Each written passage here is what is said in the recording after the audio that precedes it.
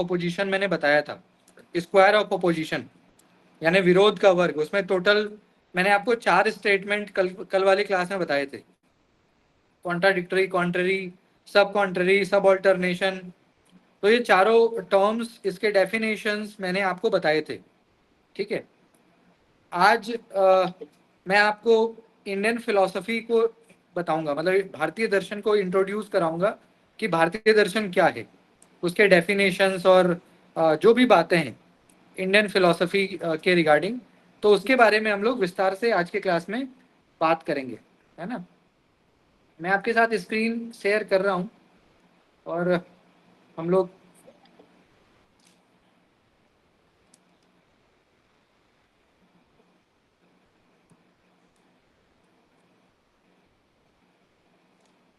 तो आप देख सकते हो गाइस, जो आपके सामने स्क्रीन दिख रहा है वो इंडियन लॉजिक का है, यानी भारतीय दर्शन, भारतीय तर्कशास्त्र। तो आज हमारा टॉपिक यही है। हमने लॉजिकल रीजनिंग के बारे में तो बात की, लेकिन भारतीय दर्शन शास्त्र क्या है, इंडियन फिलॉसफी क्या है, या इंडियन फिलॉसफी में किस तरह की मान्यताएं हैं, किस तरह के बिलीव्स हैं, उसके बारे में आज हम लोग बात करेंगे इन डेप्थ। ठीक है, तो गाइज जब हम इंडियन फिलॉसफी की बात करते हैं तो इंडियन फिलॉसफी का मतलब क्या है कि भारत में जो दर्शन शास्त्र हमारा रहा है, जो भारत में फिलॉसफी रही है, जो भारत में, मतलब भारत का मतलब वैदिक काल से है, जो आज से करीब 3000 साल पहले था। भारत से हमारा मतलब क्या है, वैदिक काल। वैदिक काल मतलब आज से 2500 साल पहले, 3000 साल पहले। तो उस समय पे गाइस किस तरह का तर्क चलता था, जब आज से आप 2500 साल पहले जाते हो तो उस जमाने में किस तरह का लॉजिक चलता था, वो हमें देखना है। और कहीं ना कहीं भारतीय दर्शन जब आप पढ़ते हो, ये जो टॉपिक है इसको जब आप पढ़ेंगे तो आपको ये पता लगेगा कि आज से 2500 ईयर्स बैक, आज से 3000 ईयर्स बैक, जब वैदिक सिस्टम था, जब गुरुकुल सिस्टम था, है ना, जब गुरुकुल सिस्टम था, वैदिक काल चल रहा था, तो उस समय में, उस जमाने में हम लोग कितने साइंटिफिक हुआ करते थे, उस समय में हम लोग कितने तार्किक हुआ करते थे, कितने लॉजिकल हुआ करते थे, कितने सिस्टमैटिक हुआ करते थे। और उस समय पे भी हम लोग, हमारा जो रिसर्च सिस्टम था, हमारा जो पूरा शोध की व्यवस्था थी, जो हमारे अभी जैसे आप जिसको साइंटिस्ट कहते हो, आज के समय के जो साइंटिस्ट हैं उस जमाने में क्या कहते थे उनको, ऋषि। जो ऋषि होते थे या जो मुनि होते थे, उनका काम क्या था, सिर्फ यही तो वो करते थे। एक तो वो पढ़ते थे और पढ़ने के बाद रिसर्च करते थे। रिसर्च मतलब नई नई चीजों को फाइंड आउट करते थे कि भाई नई क्या चीजें हैं, जो हिडन ट्रूथ है उसको बाहर निकालते थे। फिर वो वेद वगैरह, उपनिषद और इतने सारे, आप कह सकते हो इतने सारे बुक्स और इतने सारे टेक्स्ट लिखे गए जो पुराने समय में, वो आज भी प्रासंगिक है। आज भी हमारे जो वेदास हैं, जो उपनिषद हैं, या उस जमाने में जो साहित्य की पुस्तकें लिखी गई, वो आज 21वीं शताब्दी में भी उसका रेलिवेंस हमें दिखता है। आज भी वो सत्य है, ऐसा लगता है। उसकी यूनिवर्सलिटी इतनी यूनिवर्सल है, वो जो टेक्स्ट है उस दौर में आज से 3000 साल पहले लिखा गया। तो कहीं ना कहीं भारतीय दर्शन पढ़ने का जो मुख्य आपका पर्पस है, जो मेन आपका पर्पस है, जो मेन आपका ऑब्जेक्टिव है, वो यही है कि आप भारत से रूबरू हो सकें। भारत से रूबरू होने का मतलब है भारतीय दर्शन, भारतीय संस्कृति, है ना, इंडियन फिलॉसफी, इसके बारे में जान सके, ताकि आपको भारत भारत और भारत के तर्क शास्त्र के बारे में पता हो, दर्शन शास्त्र के बारे में पता हो। ठीक है, तो गाइज भारत में अगर हम बात करें, अगर हम इंडिया की बात करें प्रॉपर, तो इंडिया में जो है हम लोगों के लिए, जो लोग संस्कृत के हैं, जिनका विषय संस्कृत है, उनके लिए तो भारतीय तर्क एक रटा रटाया टॉपिक है, क्योंकि उन्होंने पढ़ा है इसको, उनका तो सिलेबस में ही होता है। बट संस्कृत के अलावे जो और सब्जेक्ट्स हैं, संस्कृत के अलावे जो सब्जेक्ट्स हैं, उनके लिए बहुत नया हो सकता है। ऐसा आपको लग सकता है कि आप पहली बार ऐसा कुछ पढ़ रहे हो जो संस्कृत के नहीं है, लेकिन इसका मेन रीजन ये है गाइस कि भारतीय दर्शन में जो भी बातें आप पढ़ोगे ये सभी संस्कृत से लिया गया है। यानी इस पर्टिकुलर टॉपिक में जो भी चीजें आप पढ़ोगे वो सारा क्या है, भारतीय संस्कृति और खास करके संस्कृत से लिया गया है, संस्कृत भाषा से लिया गया है ना। और इसमें प्रमाण का बहुत महत्व होता है। प्रमाण मतलब प्रूफ। प्रमाण मतलब क्या होता है, प्रूफ। इट मीन्स गाइस कि जो भी चीज हम लोग पढ़ते हैं, हम मान लो जो भी चीज पढ़ते हैं या जो भी देखते हैं या जो भी हम सीखते हैं, उसके पीछे का क्या साइंस है। आप गाइस मान लीजिए कि कोई भी इंफॉर्मेशन बता रहे हो तो उसके पीछे का लॉजिक क्या, उसके पीछे का साइंस क्या, ये जानना, ये बताना बहुत जरूरी है। तो भारतीय दर्शन की जब हम बात करते हैं गाइस, तो इसमें हमारा सेंस ऑर्गन्स, यानी जो आपकी ज्ञान इंद्रियां हैं, आपका जो सेंस ऑर्गन है ना, वो बड़ा इंपॉर्टेंट है। सेंस ऑर्गन का मतलब आई, ईयर, स्किन, नोज और टंग। आई यानी आंख, ईयर मतलब कान, नोज मतलब नाक, टंग मतलब जीभ और स्किन मतलब आपका ये चमड़ा। तो ये 5 हमारे पास सेंस ऑर्गन है ना। अगर आप साइंस भी पढ़ते हो तो साइंस ने भी ये 5 को, ये जो ऊपर का आपको दिख रहा है, जो ऊपर का, चाहे आपके स्किन हो, चाहे आपका ईयर हो, चाहे आपका नोज हो, चाहे आपके आईज हो, ये सारे क्या हैं? ये सारे आपके सेंस ऑर्गन्स हैं। आपके बॉडी का इतना पार्ट अगर काम नहीं कर रहा है तो चल जाएगा, बट अगर ये काम नहीं कर रहा है तो आपका काम नहीं चलेगा, क्योंकि पूरे बॉडी का फंक्शन यही है, यहाँ से यहाँ तक। आप आंख से देखते हो, कान से सुनते हो, नाक से स्मेल लेते हो, टंग से आप टेस्ट करते हो, स्किन से आपको सेंसेशन फील होता है, कोई भी चीज चोट लगती है, कुछ भी ठंडा गर्म। तो ऐसे में गाइस ये 5 का 5, ये जो आपको फ्रंट पे दिख रहा है, ये क्या है? हमारा सेंस ऑर्गन है। चाहे आई हो, चाहे ईयर हो, चाहे नोज हो, चाहे स्किन हो, चाहे टंग हो। और इन्हीं 5 को हम यूज करके क्या करते हैं? मैक्सिमम नॉलेज एक्वायर करते हैं। मैक्सिमम यानी ज्यादा से ज्यादा नॉलेज हमें एक्वायर कैसे होता है? इसी के माध्यम से, जो भी ज्ञान हमें प्राप्त होता है। आपको मेरा बोध है, आपको पता है कि राहुल सर कौन है, क्यों? क्योंकि आप हर दिन मुझे देखते हो, हर दिन मेरी आवाज सुनते हो। तो मेरी आवाज, मान लो आप, मैं आपको न भी दिखूं, लेकिन ये आवाज अगर आप सुन लो तो आप समझ जाओगे कि अरे ये तो राहुल सर की आवाज है। ये बोध कैसे हुआ आपको? इस चीज का पता कैसे लगा आपको कि ये राहुल सर है, ये राहुल सर की आवाज है? कैसे लगा? क्योंकि आपके पास सेंस ऑर्गन है ना। आपने मेरे को देखा आंखों से और सुना कानों से, तो इसलिए आपको कभी भी मेरी आवाज सुनाई देगी ना। और मुझे आप नहीं भी देखोगे तो बता दोगे अरे ये तो सर की आवाज है, ये तो सर है। तो इसलिए गाइस हमारा जो भारतीय दर्शन है वो भी इन ज्ञान इंद्रियों को बहुत मानता है, बल्कि इसी पे आधारित हमारा जो भी ज्ञान प्राप्ति है ना, वो अधिक से अधिक इसी के माध्यम से होता है। मैक्सिमम नॉलेज, या हम कह लें कि 100% जो जो भी नॉलेज हम एक्वायर करते हैं, जो भी हम फील करते हैं, हमारा जो भी अनुभव है, वो सारा इसी के माध्यम से हमारा होता है। ठीक है। इसमें गाइस एक चीज क्या है आपका कि दृष्टि। दृष्टि मतलब क्या होता है? देखना। तो देखने का बड़ा महत्व बताया गया है, क्योंकि देखने से क्या होता है ना, हम कहते हैं ना, I is like a camera. आई क्या है गाइस? एक कैमरे की तरह है। फोन में तो आपको फोटो लेना पड़ता है, तब जाके वो आपके पास रहता है, हाँ भाई ये फोटो आपने लिया। बट गाइस हमारा आंख तो एक नेचुरल कैमरा है। और अगर हमारी आंख अगर कैमरा नहीं है तो आप ये सोचिए कि मान लो आप मेरे से एक बार मिले, आप मेरे से जीवन में बस एक बार मिले, उसके बाद अगर मैं आपसे 5 साल बाद भी मिलूंगा ना, तो भी आपका आंख बता देगा कि अरे ये तो ये बंदा है। ऐसा होता है कि नहीं होता है? अगर आप किसी इंसान से एक बार मिल लो, उससे 2-3 मिनट बात कर लो, अगर वो बंदा आपको 10 साल बाद भी मिलेगा ना, तो आपका आंख आपको बता देगा कि अरे ये तो वही है जो वहां मिला था आज से 10 साल पहले, आज से 5 साल पहले। ऐसा होता है कि नहीं होता है? इसका मतलब ये आंख क्या है? एक नेचुरल कैमरा है। आप जिससे मिलते हो ना, ये परमानेंट फोटो ले लेता है। आप किसी से मिलोगे तो ये जो आंख है ना, ये क्या करेगा? परमानेंट एक फोटो ले लेता है जो आपकी मेमोरी को भेज देता है, और आपका मेमोरी में वो लाइफ टाइम रहता है। फिर जो इंसान है वो आप देखते के साथ बता दोगे कि इससे तो मैं मिली हूँ, इसको तो मैंने देखा है, इसको तो मैंने सुना है। या कोई खाना आप खाओगे, उसको टेस्ट करोगे, जीवन भर उसका टेस्ट आपकी मेमोरी में रहता है। अगर मान लो आप कोई चीज खाए, जीवन में एक बार भी खाए हो, आज से मान लो 5 साल पहले आपने कुछ खाया, लेकिन उसका टेस्ट अगर आपके मेमोरी में है, तो कभी भी आप टेस्ट उसको करोगे तो बता दोगे कि यार इसका तो ये टेस्ट है। ऐसा होता है कि नहीं होता है? आप खुद सोचिए कि हमारा ये जो सेंस ऑर्गन है, इसके इसके थ्रू जो भी हमें नॉलेज मिलता है ना, लाइफ टाइम हमारे मेमोरी में रहता है। लाइफ टाइम हमारे मेमोरी में रहता है। चाहे आप किसी को देखो, चाहे किसी की आवाज सुनो, चाहे किसी चीज को टेस्ट करो, चाहे किसी चीज को फील करो, या किसी चीज का स्मेल। स्मेल भी तो वही है ना। मान लो गाइस कि कोई भी खाना बन रहा है और उसका स्मेल आपको मिल गया, जीवन में एक बार मिलेगा ना, लाइफ टाइम याद रह जाएगा कि अच्छा ये इसका स्मेल है। वो डिश कहीं भी बन रहा होगा, वो खाना आप बता दो अरे ये तो ये बन रहा है, क्योंकि इसका स्मेल मैंने एक बार लिया था, मुझे पता है इसका, ये तो इसका स्मेल है। ऐसा होता है कि नहीं होता है? कोई खाना बन रहा है, उसका स्मेल आपके पास है, तो आप बता दोगे कि ये तो लग रहा है पनीर बन रहा है या जो कुछ भी। तो ये गाइस देखो बहुत बेसिक बात है। तो आज से गाइस 2500 साल पहले, उस समय में भी इस तरह का विज्ञान था। उस समय पे भी जो पठन पाठन होता था, जो रिसर्चेज होते थे, जो शोध होता था, जो अनुसंधान होता था, वो कहीं ना कहीं प्रूफ और प्रमाण के आधार पे होता था। इट मीन्स कि क्या प्रमाण है? यही कारण है ना, आप आज जो भी वेदास उपनिषद वगैरह देखते हो, आप देखते हो आज के समय में साइंस उसको यूज कर रहा है।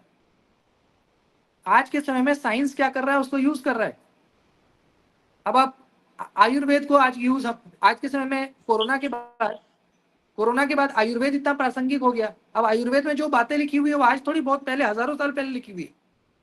जो आयुर्वेद की आपकी जो संगीता है ना, जो सुश्रक करके, आई थिंक सुश्रक ऐसा या सुश्रुत ऐसा कोई संगीता जो है जिसमें पूरा आयुर्वेद और बहुत सारी चीजें, या आपका अथर्ववेद वगैरह जिसमें मेडिसिन के बारे में बातें की गई हैं, ये आज का थोड़ी ना लिखा हुआ है, ये तो 2000 साल पहले का लिखा हुआ है। इवन इवन बिफोर दैट 2000 साल पहले। वो बताइए उस टाइम का मेडिसिन, आज हम आयुर्वेद जो कर रहे हो क्या है? हम सभी लोग आयुर्वेद को प्रीफर कर रहे हैं आज के, खास करके कोरोना के बाद, कोविड के बाद से हमने आयुर्वेद को बहुत यूज करना शुरू कर दिया, क्योंकि उसके साइड इफेक्ट्स कम है और काम भी करता है वो, इन कंपेयर टू एलोपैथिक। तो उसमें जो चीजें लिखित है गाइज वो आज की थोड़ी है, वो तो 2-2 हजार 2,500 साल पहले की लिखी हुई किताब है, उसको रेफरेंस लेके आज दवाई बनता है। तो आप सोचिए गाइज कि उस जमाने में कितने साइंटिफिक लोग थे, जो हमारे ऋषि मुनि थे, जो संत वगैरह, वो कितना पढ़ते, कितना रिसर्च करते थे, कितना ज्यादा चीजों को ढूंढते थे कि उनको ये पता है कि भाई कौन सी बीमारी में क्या क्या दवाई लगेगा, आपकी कौन सी बीमारी में कौन सा दवाई लगेगा, वो आज से 2,500 साल पहले लिखा जा चुका है। आज जो ट्रीटमेंट हो रहा है वो उसी के बेस पे हो रहा है जो उतनी पहले लिखी गई। तो इस हिसाब से गाइज आप कह सकते हो कि हमारा जो भारतीय ज्ञान परंपरा है, जो हमारा इंडियन नॉलेज सिस्टम, जिसको IKS आप कहते हो, इंडियन नॉलेज सिस्टम, वो कितना अपडेटेड था, वो कितना एडवांस था उस जमाने में, जब उस जमाने में कुछ था भी नहीं, ऐसा कोई सिविलाइजेशन भी नहीं था जिसके पास इतना अच्छा लिटरेचर हो या इतनी सारी ग्रंथ हो, पोथियां हो। तो इस चैप्टर में गाइज, इस पर्टिकुलर टॉपिक में आपको ये चीजें मतलब पढ़नी है कि भाई भारतीय ज्ञान परंपरा क्या है। और इसमें दृष्टि का महत्व तो बहुत ही मतलब ज्यादा दिया गया है। दृष्टि मतलब टू सी, कि चीजों को देखना, क्योंकि देखने से क्या होता है ना, जैसा कि मैंने आपको बताया कि जब आप चीजों को देखते हो तो चीजें क्या होती है, याद हो जाती हैं, और वो आपके लाइफ टाइम फिर आपके मेमोरी में रहती है कि जो मैंने देख लिया, एक बार देख लिया तो जीवन भर आपके मेमोरी में रहेगा। उससे जुड़ी कोई भी चीज होगी तो आप बता दोगे कि यार ऐसा हो रहा है। ठीक है। अब गाइस प्रमाण के भी 5, इसके इसके 4 टाइप्स होते हैं। प्रमाण, प्रमाण मतलब प्रूफ। तो भारतीय दर्शन किस पे चलता है? प्रूफ पे। इसका मतलब कि कोई भी चीज अगर आप भारतीय दर्शन का पढ़ोगे ना, तो उसके पीछे उसका लॉजिक भी आपको साथ के साथ मिलेगा। भारतीय दर्शन में कोई भी चीज आप पढ़िएगा तो उसके साथ के साथ आपको उसका लॉजिक, माने उसका तर्क भी आपको मिलेगा, उसके पीछे का साइंस भी आपको मिलेगा। दैट इज कॉल्ड प्रमाणा, दैट इज कॉल्ड प्रूफ। क्या भाई वो लॉजिकली प्रूवन है, वो साइंटिफिकली प्रूवन है, वो सिद्ध है, वही तो प्रमाण है ना, वही तो साइंस है। तो प्रमाण के भी 4 स्टेप्स हैं। जैसे पहला होता है गाइस प्रमात्री। जैसे प्रमात्री मतलब सब्जेक्ट, जो मेन विषय है। प्रमेय मतलब ऑब्जेक्ट। प्रमाण मतलब प्रोसेस ऑफ नॉलेज। और प्रमिति मतलब the knowledge achieved by the प्रमाणा। तो गाइस आपका जो प्रमाण है उसके भी 4 स्टेप्स हैं। पहला, कि कोई भी चीज, जब आप कोई भी स्टेटमेंट मान लो आपने रखा, कोई भी नॉलेज या कोई भी स्टेटमेंट, इंफॉर्मेशन आपने रखा, तो उसका सब्जेक्ट क्या है, किस विषय पे है ना। उसके बाद उसका ऑब्जेक्ट मतलब किस बारे में आप बात कर रहे हो।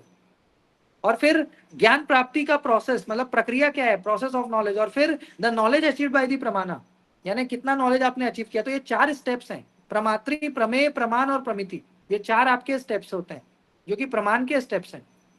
ठीक है। तो आपका जो प्रोसेस ऑफ नॉलेज है गाइस, वो भी इक्वली इंपॉर्टेंट है। प्रोसेस ऑफ नॉलेज यानी ज्ञान प्राप्ति का जो प्रक्रिया है, कि आपने ज्ञान कैसे प्राप्त किया, प्रक्रिया क्या है, प्रोसेस क्या है।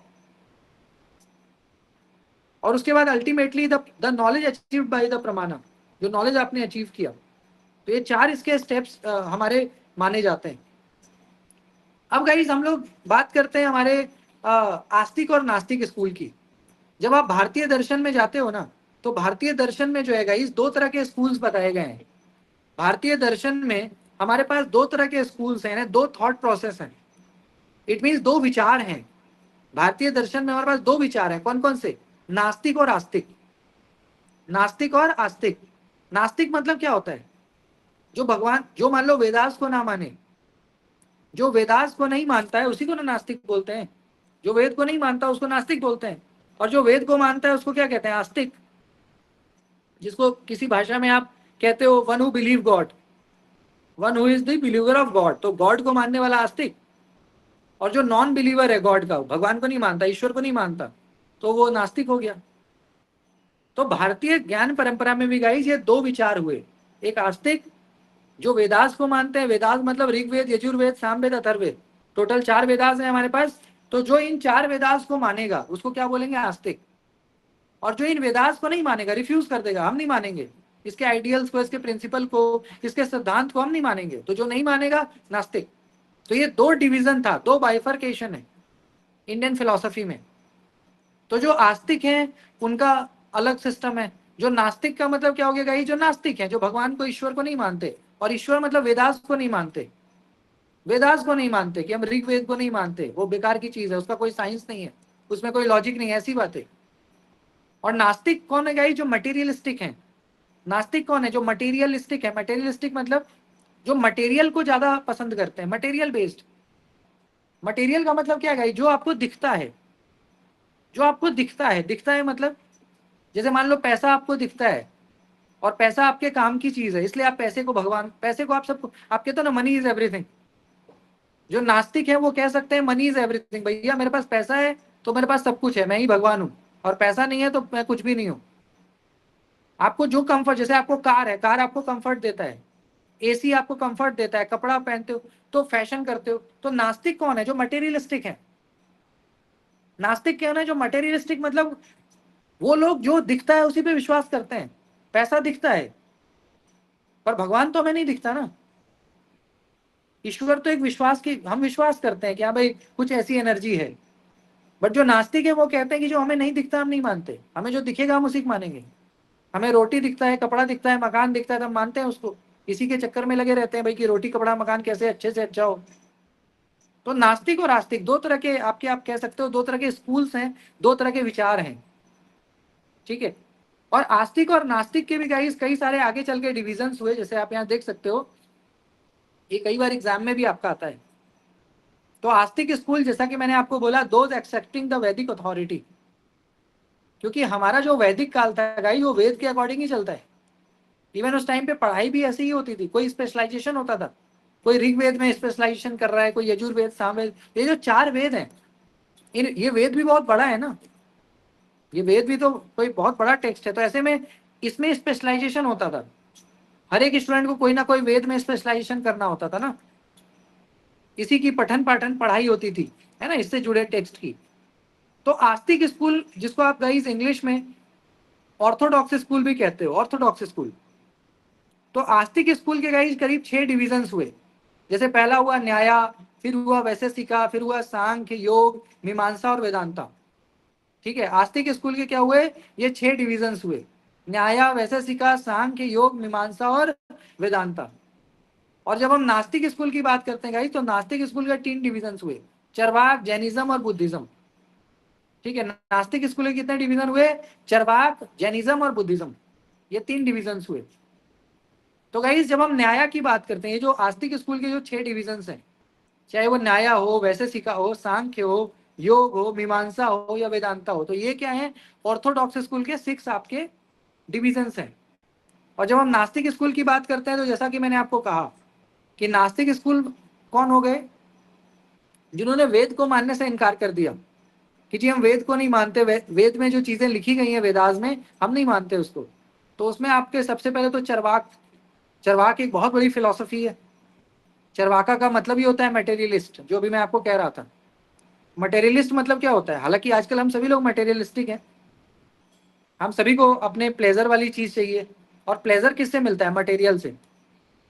आपके पास गाड़ी है तो वो आपको प्लेजर देता है, आपके घर पे एसी लगी हुई है, गर्मी है, एसी लगी हुई है, आपको प्लेजर देता है। अच्छे अच्छे क्लोथ्स पहनते हो या अपनी सुविधा की, वो आपको प्लेजर देता है, मतलब आपको अच्छा फील कराता है, भले ही फॉर अ टाइम बिंग, लेकिन आपको अच्छा फील कराता है। और आज के समय में हम सभी लोग चाहते हैं कि हमारे पास ज्यादा से ज्यादा मटेरियल हो, कौन नहीं चाहता?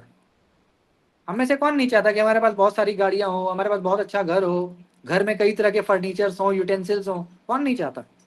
हम हर कोई चाहते हैं। तो मटेरियलिस्ट का मतलब है गाइस, चरवाक मतलब जो मटेरियलिस्ट हैं, जो उन चीजों पे विश्वास करते हैं जो उनको प्लेजर देता है, ना कि उन चीजों पे जिसपे बस विश्वास है, जो दिखता ही नहीं है, जो बस महसूस किया जाता है, उसको नास्तिक नहीं मानते। नास्तिक कहते हैं जी जो दिखेगा उसी को मानेंगे। जैसे कम्युनिस्ट, आगे अभी कम्युनिस्ट, जो दिखता है वही मानेंगे, जिससे मुझे फायदा होता है, जिससे मेरा पेट भरता है ना, चरवाक। ऐसे ही जैनिज्म, तो जैनिज्म भी इसका एक डिवीजन है। जैनिज्म एक पंथ भी है, एक मान्यता भी है, कई लोग जैन, तो जैनिज्म के भी आगे चल के 2 डिवीजन हुए, श्वेतांबरा, दिगंबरा। जैसे जैनिज्म के भी 2 पार्ट्स हो गए, कुछ लोग श्वेतांबरा मान्यता है, दिगंबरा, ये दोनों जैनिज्म के ही 2 पार्ट्स हो गए। और बुद्धिज्म भी आप जानते हो, बुद्धिज्म भी एक रिलीजन है, एक मान्यता है, बिलीफ है, सेट ऑफ प्रिंसिपल है बुद्धिज्म। तो बुद्धिज्म के भी 2 पार्ट हो गए, हिनायना और महायाना।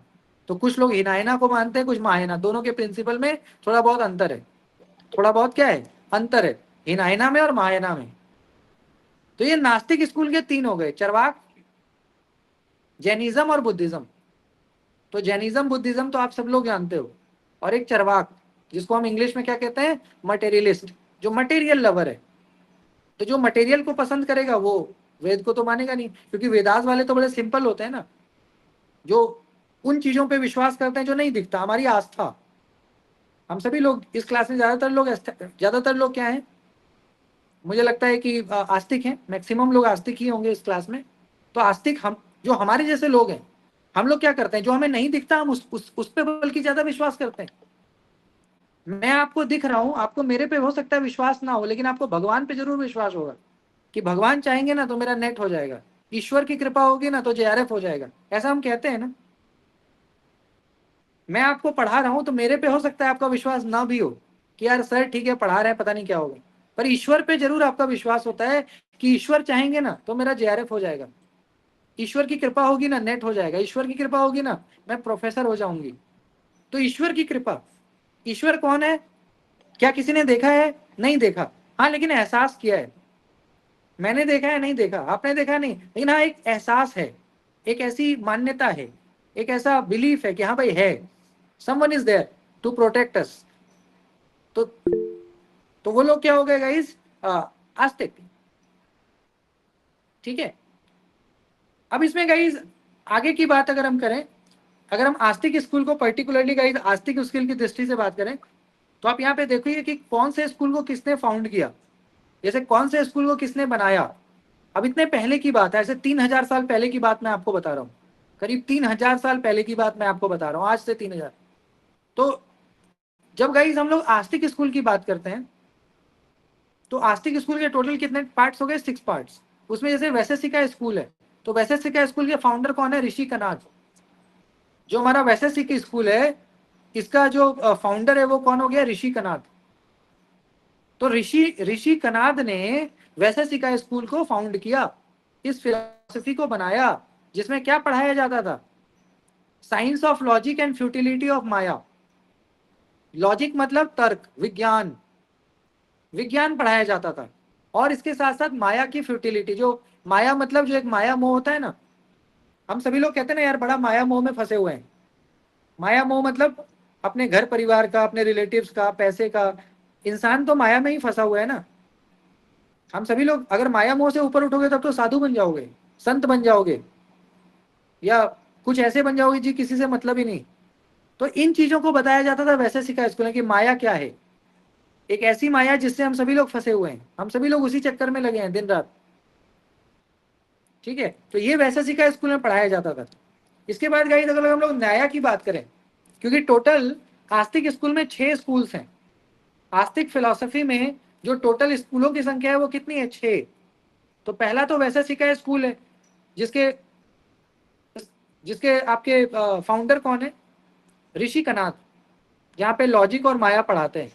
ऐसे ही अगर हम न्याया फिलॉसफी की बात करें, तो न्याया फिलॉसफी में क्या है guys, logical quest of God, यानी ईश्वर को लॉजिकली हम कैसे पाएं। एक तो होता है सुपरस्टिशन या एक विश्वास, लेकिन लॉजिकली, साइंटिफिकली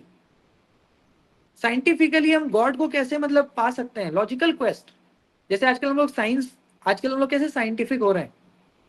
आज के टाइम पे गाइस हम हर लोग बात बात में साइंस मांगते हैं, भाई सर आप ये बात बोल रहे हो, इसके पीछे का साइंस बताना, सर इसके पीछे का विज्ञान बताना। तो लॉजिकल क्वेस्ट, गॉड को भी साइंस के थ्रू ढूंढो कि गॉड है क्या, what is God, does God exist. तो इस तरह की कई बातें, तो ये पढ़ाया जाता था कि गॉड को लॉजिकली।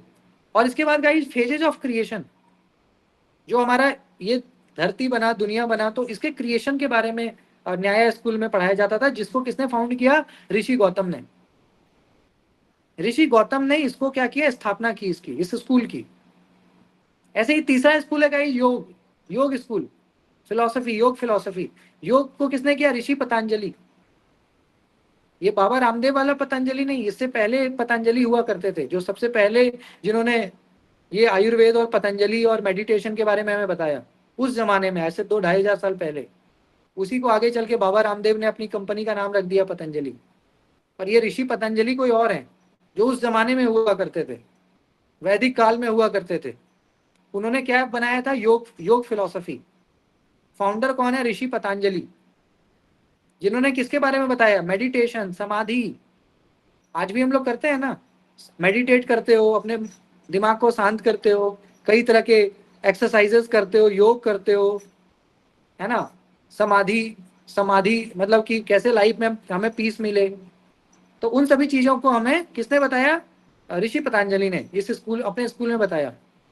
ये पूरी पढ़ाई होती थी यहाँ पे योग की। उसके बाद गाइस एक स्कूल होता है आपका सांख्य। सांख्य किसने बनाया, ऋषि कपिल। सांख्य स्कूल किसने बनाया, ऋषि कपिल ने। तो सांख्य स्कूल में क्या पढ़ाया जाता था, eliminate physical and mental pen and receive liberation. यानी कि जो हमें फिजिकल और मेंटल पेन है ना, हम सभी लोग, शारीरिक दर्द हो ना हो मानसिक, तो हम सभी के पास कुछ ना कुछ मतलब दर्द है। सभी लोग मेंटली कुछ ना कुछ सोचते रहते हैं। लाइफ में कोई आया गया, कुछ हमने खोया कुछ पाया, चलते ही रहता है सभी के लाइफ में मेंटली। तो जो मेंटल पेन है, जिसको लेके हम सभी लोग कुछ ना कुछ सोचते रहते हैं, और इसके साथ साथ जो फिजिकल पेन है, इन चीजों से कैसे ऊपर उठा जाए ताकि वी गेट लिबरेशन। लिबरेशन मतलब मोक्ष, शांति। तो ये सांख्य में पढ़ाया जाता था कि ये जो फिजिकल पेन है, मेंटल पेन है, दिन भर डिप्रेशन में हो, ओवर थिंकिंग कर रहे हो, बिना मतलब के सोचे जा रहे हो, कोई रिजल्ट नहीं मिल रहा, इन चीजों के बारे में आपको सांख्य में पढ़ाया जाता था। ऋषि कपिल इसके फाउंडर थे। ऐसे ही गाइस एक वेदांता था। वेदांता मतलब ये भी एक फिलॉसफी है, आस्तिक स्कूल में आता है ये सभी। तो वेदांता के फाउंडर कौन थे, ऋषि वेदव्यास। ऋषि वेदव्यास, इसमें क्या पढ़ाया जाता था, explain the divine nature of soul, maya and creation. यानी इसमें बताया जाता था कि भाई सोल यानी आत्मा से परमात्मा, हम सभी के अंदर आत्मा है, तो आत्मा से परमात्मा को कैसे मिलना है, आत्मा क्या है, परमात्मा क्या है, माया क्या है, इस दुनिया का क्रिएशन कैसे हुआ, ये दुनिया बनी कैसे, हम लोग कैसे आए, इंसान कैसे आया, ये सभी चीजें वेदांता में बताया जाता है। और एक है मीमांसा। मीमांसा फिलॉसफी में क्या होता था, इसमें वेदास का इंपॉर्टेंस बताया जाता है कि वेदास कितने इंपॉर्टेंट है। And Vedas are eternal and divine. Vedas क्या है गाइस, इटर्नल, शाश्वत, जो कभी शुरू नहीं हो सकता, कभी अंत नहीं हो सकता। वेदास क्या है, शाश्वत है, जो ना कभी शुरू होगा ना कभी अंत होगा, जो हमेशा से है। क्योंकि वेदास में क्या है, जो जो हमारी प्रकृति है, जो हमारा नेचर है, जो आप अपने आसपास देख रहे हो, वही तो वेदास है। वेदास में कोई भी चीज ऐसी नहीं है जो मैनिपुलेटेड है, ये जो आर्टिफिशियल है, बनी बनाई नहीं है। वेदास में तो वो बातें हैं जो प्रकृति को समर्पित है, जो नेचर बेस्ड है। तो ऐसे में गाइस मीमांसा, जो कि ऋषि जामिनी इसके फाउंडर थे, ऋषि जामिनी इसके क्या थे, संस्थापक थे। तो इसमें यही बताया जाता था वेदास कितना इंपॉर्टेंट है, इटर्नल है, शाश्वत है, और ये प्रकृति पे आधारित है, यानी जो हमारा गॉडेस नेचर है ना, उस पे आधारित है। तो ये 6 स्कूल थे गाइस। जब हम आस्तिक की बात करते हैं तो हम में से जो भी आस्तिक स्कूल उस जमाने में, उस समय में, उस कालखंड में, तो आस्तिक आस्तिक फिलॉसफी में ये 6 स्कूल थे। अलग अलग लोग अपने अपने इंटरेस्ट से स्पेशलाइजेशन करते थे। कोई वैशेषिका को में देख रहा है, कोई न्याय, कोई योग, सांख्य, वेदांता, मीमांसा, तो अपने अपने हिसाब से वो स्पेशलाइजेशन करते थे। इतने सारे डिविजन्स थे, इतने सारे स्ट्रीम थे, अलग अलग, सभी में अलग अलग पढ़ाई होती थी। अगर गाइस हम इसके फाउंडेशन की बात करें कि कब कौन बना, तो न्याय की बात करें गाइस, तो न्याय स्कूल कब बना, 6th सेंचुरी। 6th सेंचुरी, वो भी बीसी, एडी नहीं, बीसी। बीसी मतलब 500 के समथिंग, मतलब ये 2000 साल तो ये हो गया, और 2000 साल और 6 मतलब कि करीब 2500 साल पहले। और वैसे सिक्का की बात करोगे तो ये भी 6th सेंचुरी में बना। सांख्य 6th सेंचुरी, योग 2nd सेंचुरी, पूर्व मीमांसा, उत्तर मीमांसा, तो ये सभी आप देख सकते हो गाइस, सारे के सारे बीसी में बने हुए हैं। ये जितने भी स्कूल्स बने हुए हैं सारे बीसी, मतलब समझ लो before Christ. BC means before Christ, it means ये जो चल रहा है तो एडी है। Like this is 2025 AD anno domini after the death of Christ. तो ये 2025 और उसके बाद आप चले जाओ 6th सेंचुरी का मतलब और 500 साल पीछे, यानी 2000 और 500 2500 साल पहले। क्योंकि एडी तो बाद में आया ना, एडी के पहले तो बीसी चलता था, 1 BC, 2 BC, 3 BC, 4 BC, 400 BC ये चलता था। जब वो खत्म हुआ तब एडी शुरू हुआ, एनी डोमिनी, जिसको इंग्लिश में कहते हो after the death of Jesus Christ. तो अभी हम लोग जीसस क्राइस्ट के करीब 2000 साल बाद उनके डेथ के अभी हम लोग हैं, यानी आज जीसस क्राइस्ट कब थे? आज से 2000 साल पहले जीसस क्राइस्ट थे, ऐसा मानते हैं, ऐसी मान्यता है, उसी हिसाब से चलता है ना टाइम जोन। तो ये गाइड 6 स्कूल है, ये जो है हमारा 6 स्कूल है जो मैंने आपको बताया, न्याया, वैशेषिका, सांख्य, योग, मीमांसा, वेदांता। इसके बाद गाइस एक टर्म हमारे पास आता है एपिस्टेमोलॉजी। एपिस्टेमोलॉजी का मतलब पता है क्या होता है? एपिस्टेमोलॉजी का मतलब होता है ज्ञान मीमांसा, यानी ज्ञान प्राप्ति के तरीके, ज्ञान प्राप्ति के साधन, कि गाइस आप ज्ञान कैसे प्राप्त करते हो, how to get knowledge, how to acquire knowledge, ज्ञान मीमांसा। तो ज्ञान मीमांसा का मतलब क्या है कि गाइस ज्ञान हम कैसे पा सकते हैं, मैक्सिमम नॉलेज, हम कैसे मैक्सिमम नॉलेज एक्वायर कर सकते हैं, हम कैसे ज्यादा से ज्यादा ज्ञान प्राप्त कर सकते हैं, तो ज्ञान मीमांसा। तो उस दौर में भी गाइस जो हमारा वैदिक काल है, जो हमारी भारतीय संस्कृति का काल है, उसमें भी गाइस ज्ञान बहुत बड़ी चीज थी, यानी जिसको जितना ज्ञान होता था ना उसका उतना महत्व होता था समाज में, जिसके पास जितनी विद्वता उतनी उसकी पहचान, उतना उसका नाम, उतनी उसकी मतलब चर्चा। तो उस समय में ज्ञान बहुत बड़ी चीज थी। जैसे आज के समय में धन, अभी का जमाना क्या, इकोनॉमी, धन बहुत मायने रखता है। उस जमाने में धन इतना मायने नहीं रखता था, क्योंकि इतने कंफर्ट नहीं थे ना। उस जमाने में क्या खरीद लोगे पैसे से, उस समय कुछ था भी नहीं ऐसा। तो उस जमाने में गाइस आपका ज्ञान ही था, जो जिसके पास जितना ज्ञान उसका उतना सम्मान, ठीक है। More knowledge more respect, more knowledge मोर रिकॉग्निशन, ये वाला चलता था। तो ज्ञान मीमांसा माने ज्ञान प्राप्ति के साधन, ज्ञान के तरीके, कि कौन कौन से ऐसे साधन हैं, कौन कौन से ऐसे तरीके हैं जिससे गाइस आप ज्ञान प्राप्ति कर सकते हो। मिला जुला के पाना आपको ज्ञानी है, भाई ज्ञान प्राप्ति करो, ज्यादा से ज्यादा नॉलेज एक्वायर करो, ठीक है। तो गाइस ज्ञान प्राप्ति के अगर हम साधन की बात करें तो आप देख सकते हो कि हमारे पास टोटल कितने हैं? करीब 6 ज्ञान प्राप्ति के साधन है हमारे पास। कितने हैं? 6 ज्ञान प्राप्ति के साधन है, चाहे वो प्रत्यक्ष हो, चाहे वो अनुमान हो, उपमान हो, शब्द हो, अर्थपत्ति हो, अनुपलब्धि हो। तो ये क्या है गाइस, टोटल हमारे पास 6 जो है ना, ज्ञान प्राप्ति के हमारे क्या है, साधन है, ठीक है। तो जो सबसे पहला है गाइस वो क्या है, प्रत्यक्ष। तो प्रत्यक्ष का मतलब क्या होता है? प्रत्यक्ष, यहाँ पे आप देख सकते हो, प्रत्यक्ष, अनुमान, उपमान, शब्द, अर्थपत्ति और अनुपलब्धि। तो ये टोटल क्या है गाइस, हमारे पास 6 ज्ञान प्राप्ति के साधन है, ठीक है। तो इन 6 के 6 ज्ञान प्राप्ति के, जैसे पहला जो है हमारा गाइस प्रत्यक्ष। तो प्रत्यक्ष का मतलब क्या है? Direct observation. जैसे मान लो गाइस कुछ चीजों को हम डायरेक्ट देखते हैं ना, प्रत्यक्ष मतलब डायरेक्ट। हम कहते हैं ना प्रत्यक्ष को प्रमाण की क्या जरूरत है, प्रत्यक्ष को प्रमाण की क्या जरूरत है, ऐसा हम कहते हैं। तो वही है प्रत्यक्ष, मतलब जिसको आप डायरेक्ट देख रहे हो ना। मुझे आप हर दिन देखते हो तो मेरा आपको बोध है। मेरे जगह अगर कोई और चेयर पे बैठ जाए, अगर कहेगा कि मैं राहुल सर हूं, तो आप थोड़ी ना मान लोगे। अगर मेरे जगह कोई और व्यक्ति बैठे यहाँ पे और ये बोले कि मैं ही राहुल मिश्रा हूँ, मैं पढ़ाऊँ, तो आप पढ़ लोगे, लेकिन ये नहीं मानोगे कि आप राहुल सर हो, क्योंकि आप मुझे जानते हो ना, मुझे आपने देखा है, मेरा आपको बोध है, तो आप कैसे मान लोगे। या मान लीजिएगा इसकी आपने देखा है, जैसे आप जानते हो कि इसको हम बोतल कहते हैं, इसका आपको बोध है कि ये बोतल है। मैं कहूँ कि नहीं ये जो है ना ये वॉच है, तो आप में से कितने लोग मान लोगे? अगर मैं कहूँ कि नहीं ये बोतल नहीं ये वॉच है, तो आप नहीं मानोगे, क्योंकि आपको पता है ये भैया, आपने इसको देखा है, इसको पता है आपको ये बोतल ही है, ये घड़ी नहीं हो सकता। तो this is called perception, direct and indirect observation. यानी जो चीजें कहीं हम डायरेक्टली देख रहे हैं, डायरेक्टली अनुभव कर रहे हैं, क्या भाई ये ऐसा है, ये ऐसी वस्तु है, डायरेक्ट देख रहे हैं।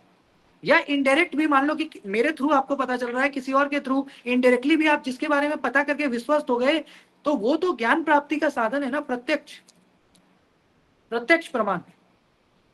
क्योंकि आपने डायरेक्ट उसको देखा या डायरेक्ट आपने एक्सपीरियंस किया, मतलब सीधा सीधा आपको अनुभव उससे मिल रहा है कि हाँ भाई ये ऐसी बात है, या इस स्थिति में ऐसा महसूस होता है।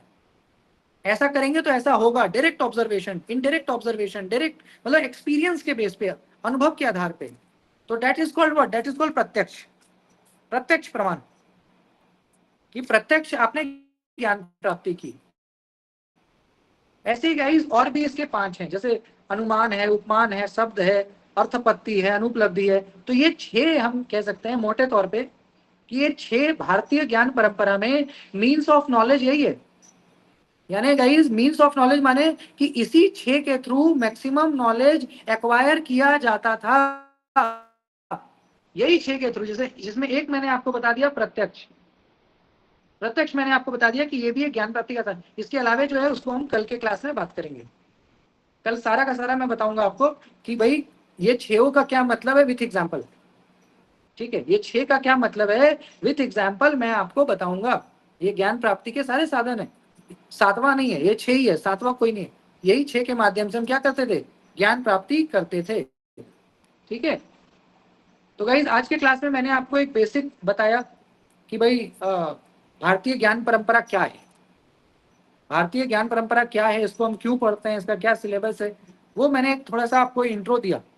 जब हम कल मिलेंगे 9:30 पे तो ये मैं आप कंप्लीट करूंगा। फिर जो भी हमारा चीज बच गया ज्ञान प्राप्ति के साधन को डिफाइन करना और भी, तो उसके बारे में भी हम विस्तार से बात करेंगे, है ना। आज के लिए इतना ही प्रवचन आज दूंगा। आप में से किसी को कोई डाउट है, कोई क्वेश्चन है तो प्लीज आप पूछिए, कुछ कहना है तो प्लीज आप बता सकते हो। Excuse me sir. सर आपने जो पढ़ाया आस्तिक और नास्तिक, तो मतलब नास्तिक में भी बुद्धिज्म, जैनिज्म वो सब रिलीजन्स हैं, और आस्तिक में आपने देखा, आस्तिक में शायद हिंदुइज्म आता है। तो क्या ऐसा है कि हिंदुइज्म आस्तिक में आता है, बाकी सारे रिलीजन्स नास्तिक में आते हैं? नहीं ऐसा नहीं, इस्लाम इस्लाम नास्तिक में थोड़ी ना आता है। इस्लाम में लोग मानते हैं, अल्लाह को मानते हैं ना। इस्लाम में कहाँ लोग वो नास्तिक होते हैं। हाँ, मैं मतलब यहाँ पे कंफ्यूज हो गई देखिए, क्योंकि हाँ हाँ, यहाँ पे आप ये मान सकते हो कि जो वेद को नहीं मानते, जो वेदास को नहीं मानते, तो हम उसको नास्तिक। देखिए बुद्धिज्म और जैनिज्म क्या था ना, उस टाइम पे इंट्रोड्यूस हो गया था, इसलिए इसको हम डिवीजन मानते हैं। और जो रिलीजन है वो बहुत बाद में आया ना, और जो रिलीजन है वो बहुत बाद में आया। तो जब हम, क्योंकि हम भारतीय दर्शन पढ़ रहे हैं, तो भारतीय दर्शन के समय में जो चीजें थी हम उसी को पढ़ेंगे ना। जैसे अभी आप और नए नए एग्जाम्पल को एड ऑन कर रहे हो, वो तो बाद में आया। वो आज से 3000 साल पहले मैं आपको बता रहा हूँ, उस जमाने में ये था। तो उस समय पे जो हमारा स्कूल था वो डिवीजन 2 पार्ट्स में था, एक आस्तिक और एक नास्तिक। तो बुद्धिज्म और जैनिज्म, क्योंकि जो जैनिज्म कौन थे, हिंदू ही तो थे।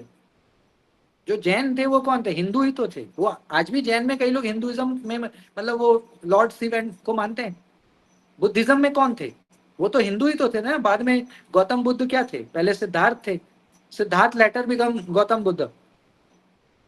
हिंदुइज्म को उसने उन्होंने छोड़ के फिर वो बुद्धिज्म में चले गए। ऐसे ही हमारे लॉर्ड महावीरा थे, उन्होंने हिंदू थे, वो जैन में चले गए। यही तो हुआ ना। तो वो लोग गए, इसका मतलब क्या, उन्होंने वेद को मानने से मना कर दिया। जो गौतम बुद्ध थे उन्होंने वेद को मानने से मना कर दिया। उन्होंने कहा जी हम एक नए तरीके से एक नए प्रिंसिपल को बनाएंगे। तो वो उनके जो प्रिंसिपल हुए वो बुद्धिज्म हो गए। लॉर्ड महावीरा ने जो प्रिंसिपल दिया वो जैनिज्म हो गया। पर ये तो वही बात है ना कि जिन्होंने वेद को मानने से इनकार कर दिया वो नास्तिक की तरफ चले गए, है ना। और जिन्होंने वेद को माना वो आस्तिक हो गए। तो बुद्धिज्म में क्या है, बुद्धिज्म की जो मान्यताएं हैं वो बिल्कुल अलग है। वो मूर्ति पूजा कहाँ करते हैं, बुद्धिज्म वाले तो मूर्ति पूजा नहीं करते।